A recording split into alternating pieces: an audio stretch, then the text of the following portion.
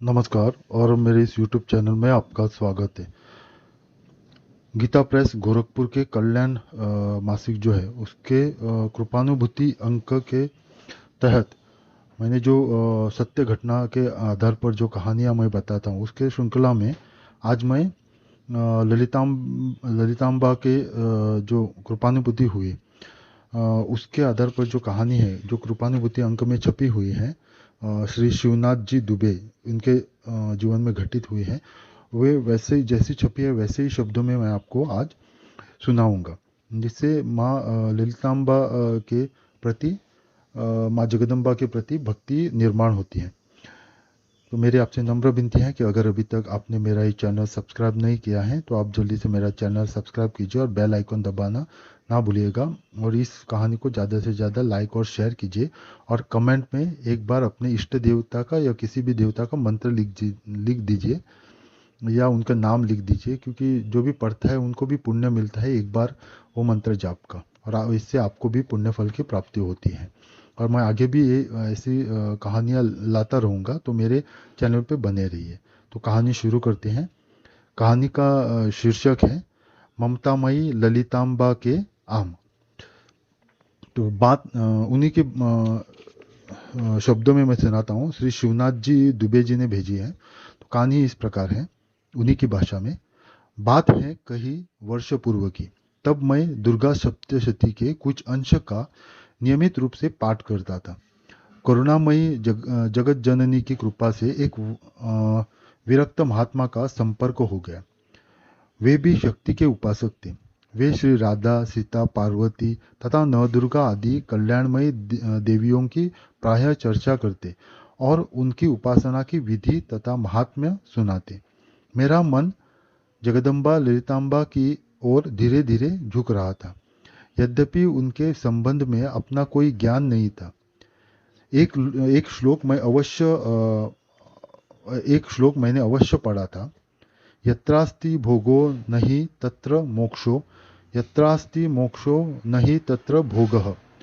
श्री सुंदरी सेवनं तत्परानम भोगश्च मोक्षश्च करस्थ एव। मुक्ति की अपेक्षा प्रायः कुछ ही मनुष्य करते हैं, किंतु भोग का आकर्षण असाधारण होता है। जागतिक भोगों की रसानुभूति के अनंतर परमार्थ की नितांत आवश्यकता विरले ही पुण्यमय पुरुषों के मन में उदित होती है, और जहाँ भोग और मोक्ष दोनों की सिद्धि हो, आकर्षण स्वाभाविक ही है। परम्बा की दया उक्त संत के श्री सुंदरी की ही उपासना पर बल देना आरंभ किया।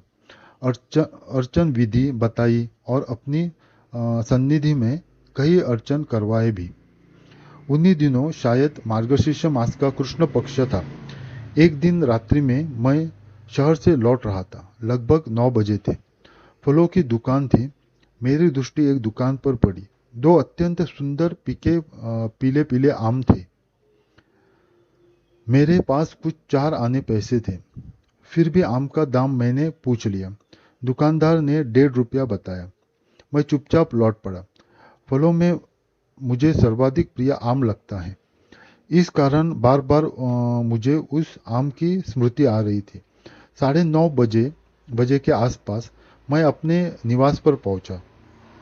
उस दिन भूख न होने के कारण मैंने अपना भोजन न बनाने के लिए कह दिया था, पर लौटने पर भूख भी मालूम हुई। बत्ती बुझाकर मैं चारपाई पर लेट गया। भूख के कारण नींद नहीं आ रही थी और बार बार मुझे उन 2 आमों की याद आ जाती थी। मैंने मन ही मन कहा, मेरे मेरे आराध्या तो जगत जननी सर्वेश्वरी एवं सर्वांत सर्वांतरयामिनी है। माँ अपने बच्चे की प्रत्येक इच्छा की पूर्ति करती है। सबका रक्त मांस खा जाने वाली सिंहनी भी तो अपने बच्चों की सेवा करती है। फिर अनंत श्री संपन्न अनंत महिमा शालिनी करुणामयी माँ अपने बालक की इच्छा क्यों पूरी न करे। मैं जगदम्बा का नाम स्मरण करता हुआ, मेरा लोक परलोक सभी उन्हीं की दया पर अवलंबित है, यह सर्वथा सत्य है, किंतु है तो यह सुनी सुनाई बात ही। मैंने तो अपने नेत्रों से कभी कुछ नहीं देखा, कुछ कभी कुछ भी नहीं अनुभव किया।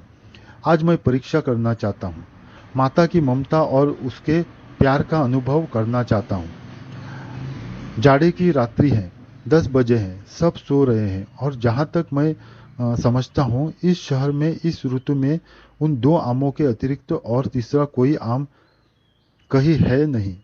आम खाने की मेरी इच्छा है और यह बात केवल मैं जानता हूँ और जानती हैं वे सर्वज्ञा श्री माँ। यदि वे मेरे किसी से कुछ कहे बिना इस इच्छा की पूर्ति कर दे, तब मैं माँ के प्यार का मुझे ज्ञान हो जाए। इस प्रकार मन ही मन कहते हुए नींद से आ गई। अचानक मेरे कमरे का दरवाजा खुला, बिजली जल गई। परिचित आवाज सुनकर मैं जागा तो देखता हूँ मेरे आश्रम के ही एक बंधु ठीक वैसे ही 2 आम लिए खड़े हैं। अच्छी तरह मैं चेत में भी नहीं आया था कि उन्होंने कहा, माँ जी ने आपके लिए ये आम भेजे हैं और कहा है इसे जल्दी दे आओ। तब तक मैं दूध गर्म कर रही हूँ, आप इन्हें लीजिए, मैं दूध लेने जा रहा हूँ। आम मेरे हाथ में थे, वे दूध लेने चले गए। उनके लौटने पर मैंने पूछा, ये आम कहाँ से आ गए? उन्होंने बताया, बम्बई से पार्सल आया था, वैसे ही रखा था, शायद कल खोला जाता। पर वे अचानक उठकर पेटी खोलने लगी। मैंने कहा, रात्रि में क्या ज़रूरत है, कल खोलिएगा। तब बोली, नहीं अभी खोलो। मैं खोलने लगा। पेटी खुलते ही उन्होंने 2 आम निकालकर कहा, इन्हें अभी दुबे जी को दे आओ, तब तक मैं दूध गर्म कर देती हूँ। मैं आश्चर्यचकित था। मेरी इच्छा और माँ की ममता की परीक्षा की वृत्ति का किसे ज्ञान था। इस घटना की स्मृति से मेरा विश्वास अत्यधिक दृढ़ इस कारण और होता है कि मैंने जिन माँ जी की चर्चा की थी, उनके द्वारा बाहर से आई या घर की ही किसी वस्तु को विशेषतया मुझे ही भेजने के अब तक के मेरे जीवन का वह प्रथम एवं अंतिम अनुभव है। और इस विश्वास के आधार पर जीवन भर दृष्टि डालने पर सुस्पष्ट विदित होता है कि वह माँ सचमुच महामयी सर्वशक्तिशालिनी निखिल ब्रह्मांड की सृष्टि स्थिति सहारकारिणी सहारकारिणी ही नहीं है, वह अत्यंत करुणामयी, स्नेहमयी और वात्सल्यमयी है। हमारी लौकिक परलौकिक सभी इच्छाओं की पूर्ति करने के लिए हमारे साथ छाया की भांति लगी हुई है। तो ये श्री शिवनाथ जी दुबे जी ने एक कहानी भेजी थी। माँ ललितांबा के जो भक्ति है उनके उन्होंने जो भक्ति की है उसके प्रताप से उनको जो ये कहानी उनके सत्य घटना घटी, तो वो उन्होंने कल्याण के मासिक में कृपानुभूति अंक में भेजी थी।